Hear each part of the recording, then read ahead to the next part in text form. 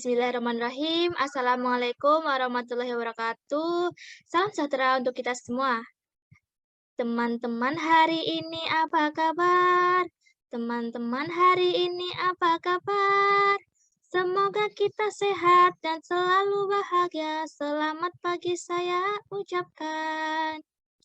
Pepatah mengatakan tak kenal maka tak sayang. Maka dari itu izinkanlah saya untuk memperkenalkan diri saya. Perkenalkan, nama saya Rizka Enggar Dwi Pawestri, mahasiswa Poltekkes Kemenkes Semarang, Prodi Sarjana Terapan Gizi dan Dietetik. Pada video kali ini, saya akan memberikan penyuluhan asupan gizi masa pertumbuhan dan perkembangan usia 10-12 tahun. Oh ya nih teman-teman, untuk menambah semangat pada pagi hari ini, saya mempunyai tepuk nih, tepuk anak sehat. Gini nih saya contohkan, tepuk anak sehat. Aku anak sehat karena makan sehat sehingga aku kuat. Oke, kita coba sama-sama ya. Tepuk anak sehat. Aku anak sehat karena makan sehat sehingga aku kuat. Tepuk tangan untuk kita semua. Nah, tepuk-tepuknya kan udah nih. Jadi, kita bisa memulai acara pada pagi hari ini ya. Optimalkan pertumbuhan, hidup sehat, jadi kuat. Isi piringku, sehatku. Di sini tentunya saya tidak sendirian. Di sini saya bersama tim saya. Oke, langsung saja ya. Pertama, apa aja nih yang akan kita bahas? Yang pertama ada hubungan gizi dan anak sekolah. Fungsi gizi untuk anak sekolah, asupan makanan untuk anak sekolah, faktor yang mempengaruhi gizi pada anak sekolah, gangguan gizi pada anak sekolah, dan upaya perbaikan gizi pada anak sekolah. Topik yang pertama, yakni bagaimana hubungan gizi dengan anak sekolah. Sebelumnya, teman-teman di rumah kira-kira tahu nggak ya, karakteristik anak sekolah tuh yang seperti apa? Baik, karakteristik yang pertama, fisik lebih kuat. Mengapa? Karena pada anak usia sekolah sedang aktif-aktifnya dalam bermain dan berolahraga, sehingga dapat menjadikan fisiknya lebih kuat dari orang dewasa. Misal, orang dewasa dapat duduk berjam-jam, sedangkan anak sekolah dapat duduk dengan tenang, paling lama sekitar 30 menit. Habis itu langsung deh, entah itu bermain lagi atau berolahraga lagi bersama temannya. Yang kedua, kebutuhan gizi meningkat, berkaitan dengan aktivitas fisik. Tadi kan sudah dikatakan, kalau anak sekolah itu memang usianya sedang aktif-aktifnya dalam melakukan aktivitas fisik, seperti pergi dan pulang sekolah, bermain dan berolahraga dengan teman. Hal itu menyebabkan kebutuhan gizi anak sekolah meningkat, karena ketika banyak energi yang dikeluarkan juga harus seimbang dengan energi yang masuk dalam tubuh, tidak berlebihan juga tidak kekurangan. Yang ketiga, nafsu makan relatif lebih baik daripada balita. Mengapa? Karena balita akan mengalami nafsu makan turun ketika balita mengalami kesulitan makan yang disebabkan karena pada masa ini gigi sangat rentan terhadap penyakit. Sedangkan anak sekolah nafsu makan relatif lebih baik karena pada usia ini memang sangat membutuhkan kebutuhan gizi yang cukup untuk menunjang pertumbuhan dan perkembangan yang lebih baik. Yang keempat, lebih bersifat individual. Yang kelima, tidak tergantung pada orang tua. Yang keenam, aktivitas meningkat dalam bermain dan berolahraga. Persiapan cross sport saat pra-remaja, perempuan lebih cepat daripada laki-laki. Growth spurt itu sebuah masa pacu tumbuh yang membuat tinggi tubuh anak tiba-tiba menjulang tinggi. Anak perempuan biasanya lebih tinggi dan lebih berat dibanding laki-laki dengan usia yang sama. Misal nih, ketika kelas 5 SD, Rani terlihat cepat lebih tinggi daripada si Dani. Tetapi ketika anak semakin tumbuh dewasa, pasti akan kebalikan, yakni growth spurt saat remaja, laki-laki lebih cepat daripada perempuan. Bahkan si Dani akan lebih menjulang tinggi daripada si Rani. Itu sering terjadi. Selanjutnya, saat tepat untuk mengintroduksi makanan. Anak usia sekolah mulai serius untuk mengekspresikan ide menjadi lebih objektif dan mulai belajar menerima hal-hal yang baru dilihat dan didengar. Oleh karena itu, pemberian makanan kepada anak harus diperhatikan. Kebiasaan pemberian makanan yang sehat akan menjadi kebiasaan anak hingga dewasa. Namun sebaliknya, kebiasaan makan yang buruk juga dapat menjadi kebiasaan anak hingga dewasa apabila dibiasakan sejak dini dengan makanan yang buruk. Yang terakhir, pengaruh teman, guru, idola sangat besar. Pada usia ini, anak akan mencari jati dirinya, mudah terpengaruh lingkungan sekitarnya, terutama teman sebaya yang pengaruhnya sangat kuat, merubah perilaku dan kebiasaan temannya, termasuk perubahan kebiasaan makan. Setelah mengetahui karakteristik anak sekolah, kira-kira hubungan gizi dengan anak sekolah itu apa ya? Sebelumnya saya mau tanya nih, dari teman-teman semua, ada yang tahu gizi itu apa? Pasti kebanyakan teman-teman sudah tidak asing lagi nih dengan kata gizi. Udah pernah dengar, tapi biasanya tidak tahu penjelasannya. Oke, akan saya jelaskan ya. Jadi, gizi adalah substansi organik yang dibutuhkan organisme untuk fungsi normal dari sistem tubuh, pertumbuhan, pemeliharaan kesehatan. Kira-kira yang teman-teman tahu tentang gizi itu ada apa aja ya? Ya benar, gizi itu ada protein, lemak, karbohidrat, vitamin, dan mineral. Lalu ada anak sekolah. Anak sekolah kira-kira apa ya? Anak sekolah menurut WHO yaitu golongan anak yang berusia 7-15 tahun.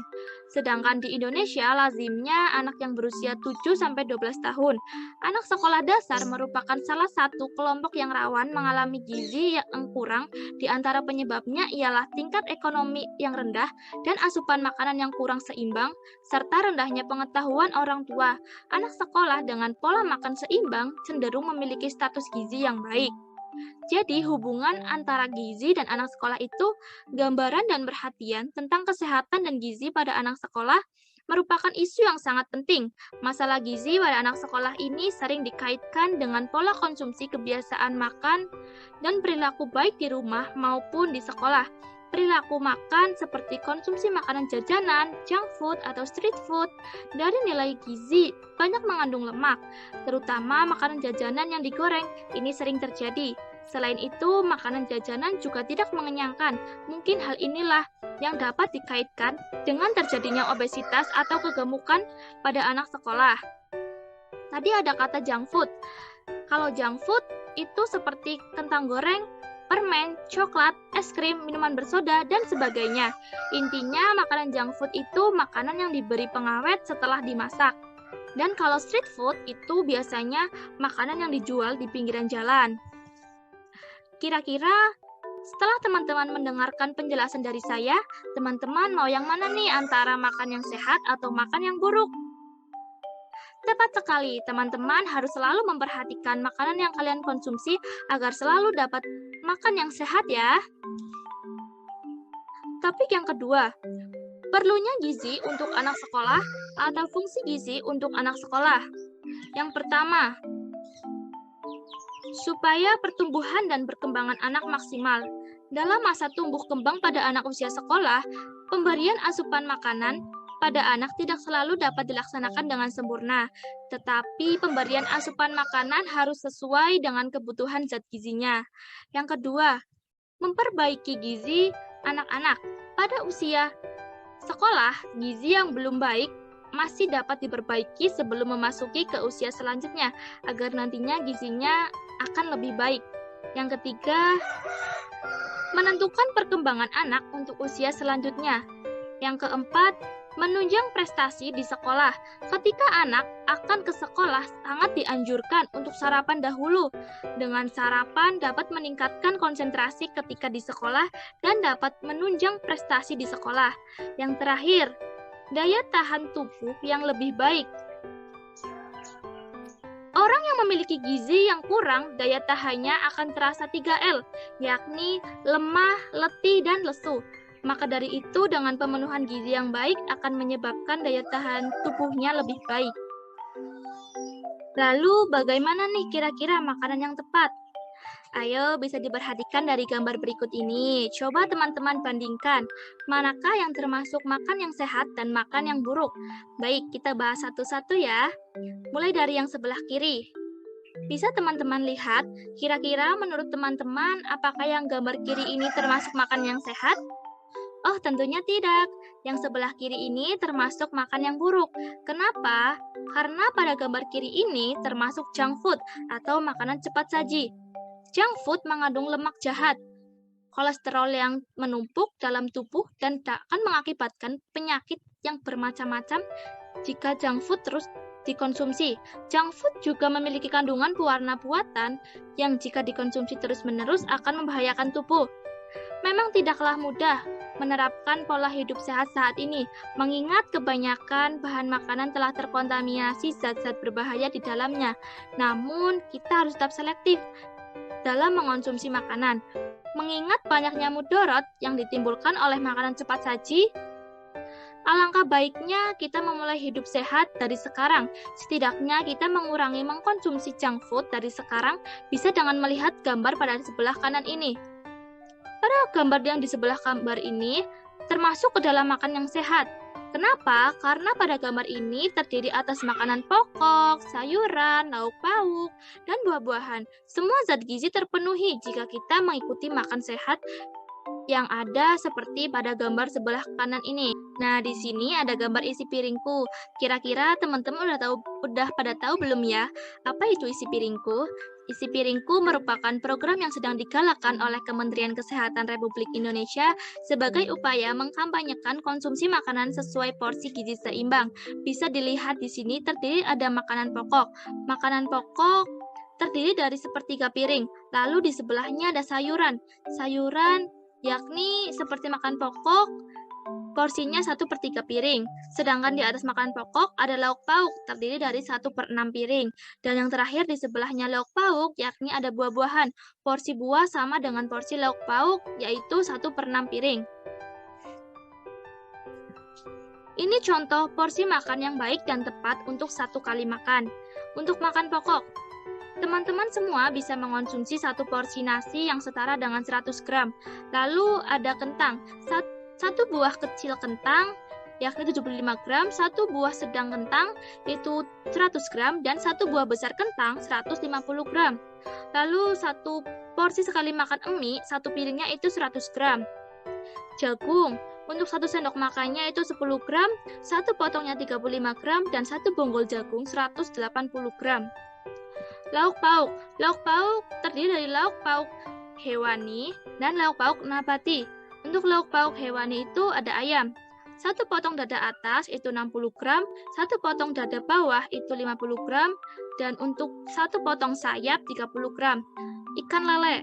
Satu ekor kecil ikan lele itu 30 gram, satu ekor sedang lele itu 40 gram, dan satu ekor lele besar itu 70 gram. Lalu nugget goreng. Nugget goreng satu buahnya kira-kira 20 gram. Untuk telur dadar, telur itu satu butirnya itu beratnya 60 gram. Tetapi ketika sudah digoreng menjadi telur dadar menjadi 100 gram. Lalu untuk lauk nabatinya. Lauk nabati di sini ada tempe.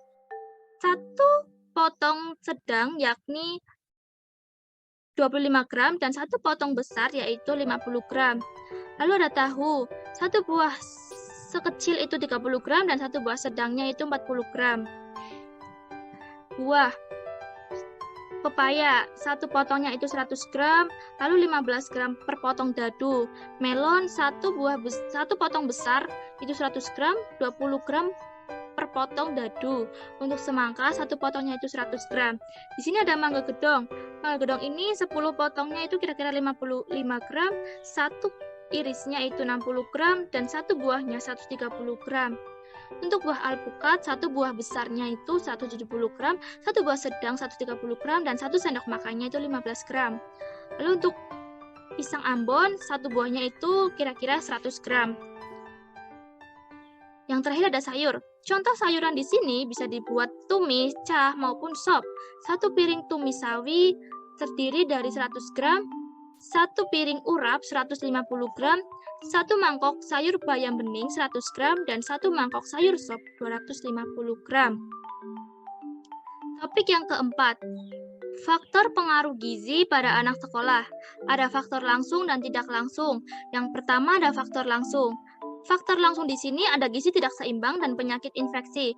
Gizi tidak seimbang.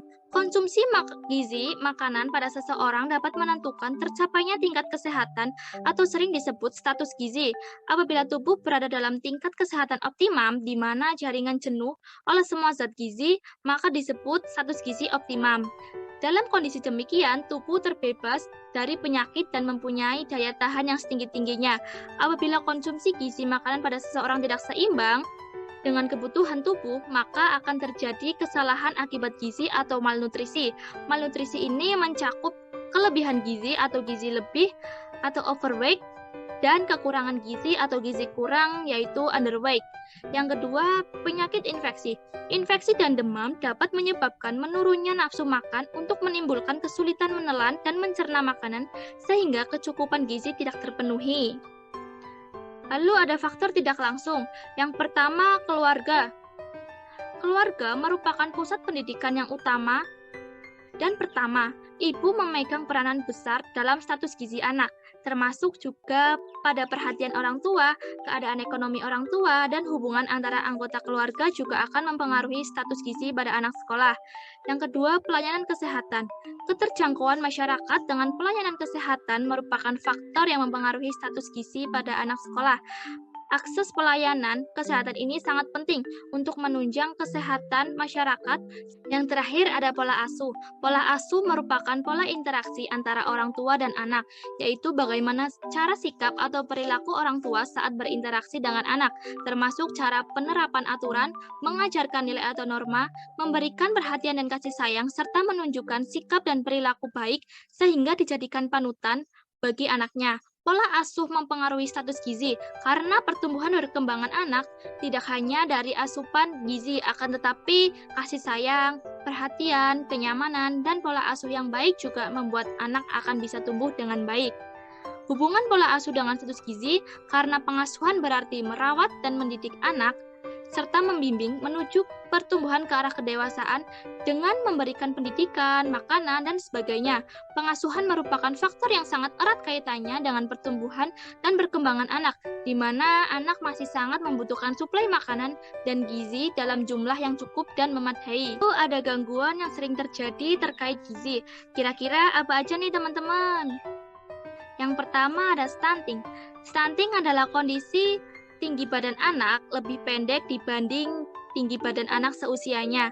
Hal ini disebabkan karena kekurangan gizi kronis dengan manifestasi kegagalan pertumbuhan atau growth faltering yang dimulai sejak kehamilan hingga anak berusia 2 tahun. Yang kedua ada obesitas. Obesitas adalah kondisi di mana lemak tubuh berlebih. Kondisi ini dapat meningkatkan faktor risiko terjadinya penyakit tidak menular. Obesitas seringkali terjadi karena kalori yang masuk lebih banyak daripada yang dibakar melalui olahraga dan kegiatan normal sehari-hari. Yang ketiga ada anemia. Anemia terjadi karena asupan zat besi yang kurang dan terlihat dari kurangnya asupan pangan hewani pada pola makan penduduk Indonesia. Penyebab lain yang dapat menjadi sebab terjadinya anemia adalah sarapan yang tertunda atau tidak sarapan yang akan menyebabkan tidak terpenuhinya asupan gizi yang dibutuhkan, termasuk di dalamnya asupan zat besi. Beberapa upaya perbaikan status gizi. Yang pertama, konsumsi makanan yang beraneka ragam. Mengonsumsi aneka ragam makanan pokok memperoleh cukup pangan untuk memenuhi kebutuhan energi, menjadikan tubuh lebih sehat yang diperoleh dari beragam jenis pangan yang dibutuhkan, sehingga beragam zat gizi ditemukan dalam beragam pangan dan kita membutuhkan jenis pangan yang beragam pula untuk memenuhi semua kebutuhan.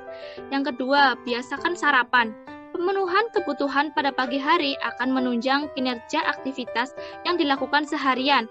Kebiasaan meninggalkan sarapan berdampak pada kecenderungan konsumsi berlebihan pada siang hari. Padahal, dengan tidak sarapan akan berdampak buruk terhadap proses belajar di sekolah bagi anak sekolah. Menurunkan aktivitas fisik menyebabkan kegemukan pada remaja, orang dewasa, dan meningkatkan resiko jajan yang tidak sehat. Yang ketiga, lakukan aktivitas fisik. Aktivitas fisik ringan 5-10 menit dan aktivitas sedang 30 menit akan membuat tubuh menjadi lebih sehat. Dianjurkan juga untuk berolahraga 3 kali seminggu. Yang keempat, banyak minum air putih. Biasakan minum air putih yang cukup dan aman. Asupan air yang cukup seperti 8-10 gelas sehari akan membantu fungsi utama ginjal dan mampu menggantikan cairan tubuh yang hilang. Selanjutnya ada rutin konsumsi buah. Anjuran konsumsi yaitu 2-3 porsi buah setiap hari. Bagi orang Indonesia dianjurkan konsumsi buah-buahan 300-400 gram per orang per hari bagi anak balita dan anak usia sekolah, dan 400-600 gram per orang per hari bagi remaja dan orang dewasa. Lalu rutin konsumsi sayur. Anjuran konsumsi yaitu 2 porsi sayur. Yang terakhir, konsumsi makanan tinggi protein.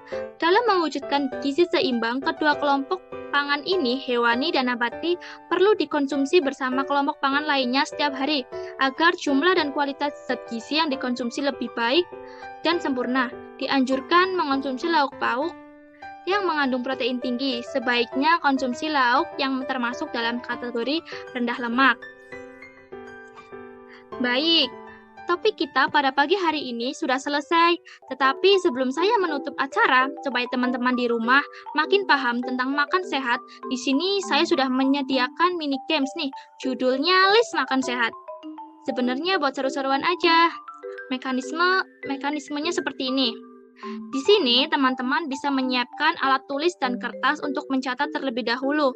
Selanjutnya, teman-teman bisa membagi kelompok dengan misal, teman-teman ketika menonton video saya, ini bersama dengan ayah, ibu, adik, dan kakak. Bisa dibagi 2 kelompok nih, misal adik dengan ibu atau kakak dengan ayah, atau itu terserah teman-teman pembagiannya. Lalu setiap kelompok harus menuliskan ide makanan sehat yang bisa dibuat dari bahan makan yang sehat yang tidak mengandung bahan pengawet, misal dari ubi, singkong, pisang, atau lainnya. Dan nanti yang paling kreatif dan yang paling banyak melis adalah yang menang. Untuk menentukan siapa pemenangnya, teman-teman bisa menilainya masing-masing ya. Dan untuk kado dari saya ucapkan terima kasih untuk teman-teman semua yang sudah mendengarkan dan menonton video saya ini. Semoga bermanfaat. Teman-teman bisa main mini games-nya dulu ya bersama kelompok teman-teman.